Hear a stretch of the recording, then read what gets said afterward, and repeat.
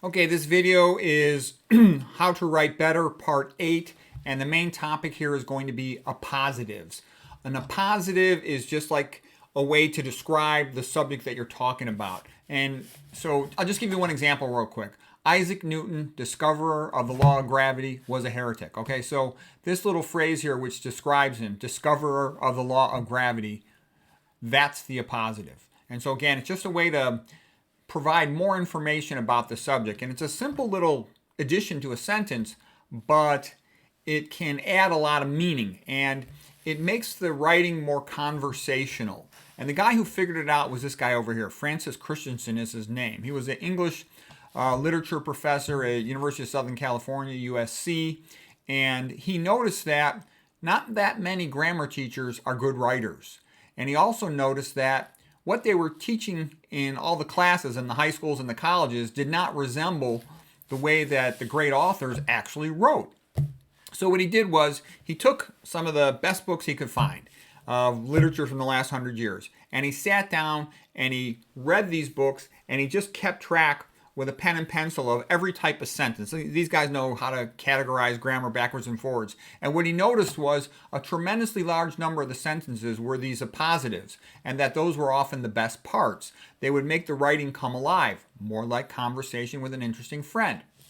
So once he realized that the whole approach to teaching was wrong, and it kind of reminded me of just a backwards approach. Like if you're going to teach Spanish, for example, the way they teach Spanish in a high school and a college is by learning grammar. But that's not how people learn it in the real world. And the same thing had happened with English literature and with English writing, English composition, that it was being taught the wrong way. There was too much emphasis on formal grammar, too much emphasis on periodic sentences, and not enough on this concept of the appositive. And the appositive in writing leads into what is called cumulative syntax. Cumulative syntax, for our purposes here, we're especially referring to loose sentence structure, running sentence structure. So we're not going to get into all this grammar. The point of this is not grammar. The point of this brief talk here is just that throw in little descriptive phrases because that's how you talk in conversation, and it makes the writing more natural, more fun. I'll give you a little more advanced version of an appositive in a sentence. This one's by Fyodor Dostoevsky. Even those who renounce Christianity and criticize it, in their innermost being, they still try to follow the Christian ideal. No one has been able to create a higher ideal of man and virtue than the ideal given by Christ. Okay, so this little descriptive phrase thrown back upon the original statement, that's an example of an appositive. Okay.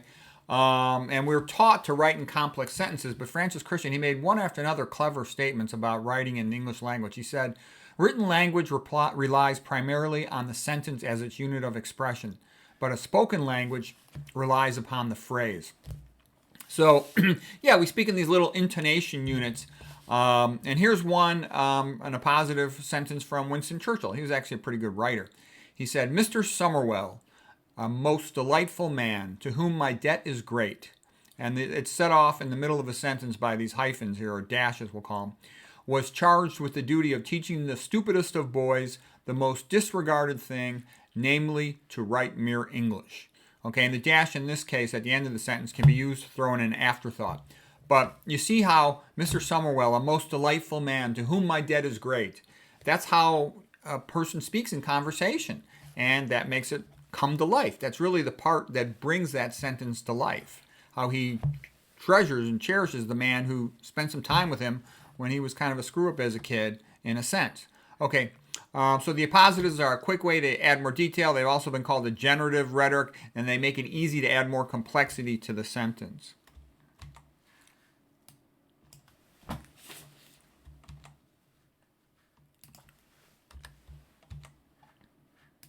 Yeah, and by the way, there's a whole entire, you could teach a whole course about this concept of appositives and cumulative syntax. And there is a course. This, by the way, is the book Towards a New Rhetoric, and it's a summary of the work of Francis Christensen. It's by another author, though. This guy is Don Stewart. But there was an entire course by a guy named Brooks Landon. You know, a bunch of his YouTube videos are available for free on YouTube. But he teaches an entire course through the teaching company, thegreatcourses.com. I think it might even be a Wondrium. And he goes through all of the advanced issues in cumulative syntax. But Cumulative syntax. So here's the word right here, cumulative syntax. That's more useful if you're going to write novels and you want to, it's a loose running sentence is a sentence like the mind running, anxious, thoughtful, nervous, trying to predict the future. And that can be exciting in the concept of recreating how we think in a novel. Most of the writing I do, almost all of it, is, nonfiction. So I'm not as interested in that. If you are interested in fiction writing, then it'd be worth your while. Brooks Landon, here's his name right here. Brooks Landon, his course is called Building Better Sentences. It's a DVD course and there's an online version of it. It's actually great. He's a professor from the Iowa Writers. They have a very good Masters of Fine Arts program over there. Okay, the loose running sentence has been called the opposite of the periodic sentence, like the Ciceronian sentence. Brooks Landon likes to even call the periodic sentence suspensive because you're waiting for that word to come at the end. You're in suspense until it arrives. Here's an example of a periodic sentence or a suspensive sentence where the key word comes at the end, like the subject word, if you will. Again, by Winston Churchill. There is nothing like oratory. It can make a commoner a king. And I think that's a good point. If you're just, a regular low-life citizen, being a good orator, speaker, writer, it gives you more oomph, more gravitas. So it's well worth your while to try to become more articulate and learn how to write better.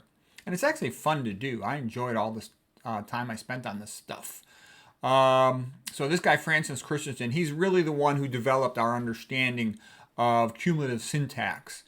The beginning of a sentence is called the left side. The middle is clearly called the middle, cleverly called the middle. The latter part is called the right side of the sentence.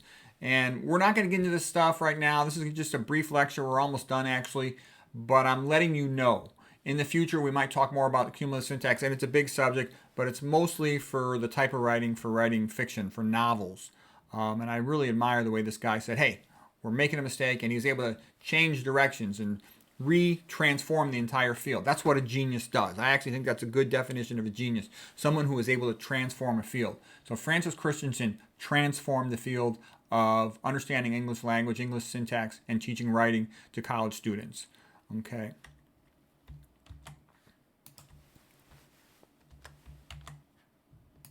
Okay, here's just one brief example. This will be the last slide here of how this stuff sort of works. The ancient customs on which Rome was founded. That would be called the base clause, the kernel clause, or level 1, the first statement. And then something that modifies the base clause is called a level 2. Later on, we'll learn there's a level 3. A level 3 just refers back to modify the initial modifier.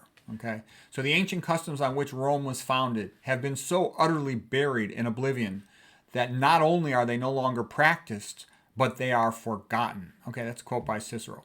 All right, so here's one by Oscar Wilde, the great Irish writer.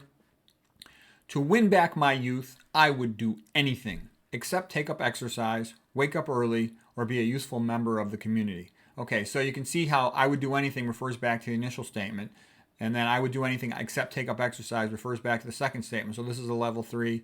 Wake up early, again referring back to this, or be a useful member of the community. So anyways, that's a lot of fun there. I think that's the last slide. Yes, it is. So anyways, hope that was useful.